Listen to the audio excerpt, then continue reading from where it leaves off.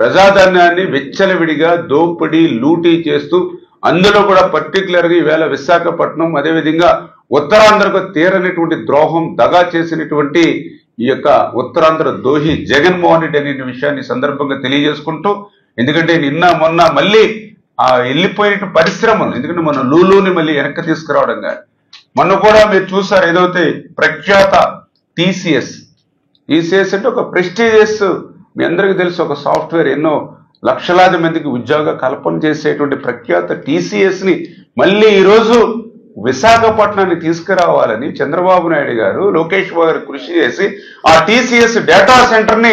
మళ్ళీ ఇవాళ విశాఖపట్నాన్ని తీసుకొచ్చి మొదటి విడతగానే 12,000 ఉద్యోగాలు ఈవేళ సాఫ్ట్వేర్ ఉద్యోగాలు కల్పించేటువంటి పరిస్థితిలో ఈవేళ టీసీఎస్ ని తీసుకొస్తూ ఉంటే, మరి వాటికి కేటాయించినటువంటి భూముల మీద కూడా ఈరోజు కుట్రపూరితంగా నీ అవినీతి పత్రికలో అవినీతి పదాలతో అచ్చులేయించి మళ్ళీ ప్రజల్ని తప్పుదారి పట్టించాలనే విషయంలో కానీ ఖచ్చితంగా ఒకటే చెప్తూ ఉన్నాం. భవిష్యత్తులో ఈ యొక్క విశాఖపట్నం ఉత్తరాంధ్రాన్ని ఒక ఐటీ హబ్ గా తయారీ, టెక్స్టైల్స్, ఫార్మా ఇట్లా అన్ని రంగాలను కూడా అభివృద్ధి చేసి మళ్ళీ యువతకు ఉద్యోగ ఉపాధి అవకాశాలు కల్పిస్తామని చెప్పి కూడా మీ ద్వారా కూడా తెలియజేసుకుంటూ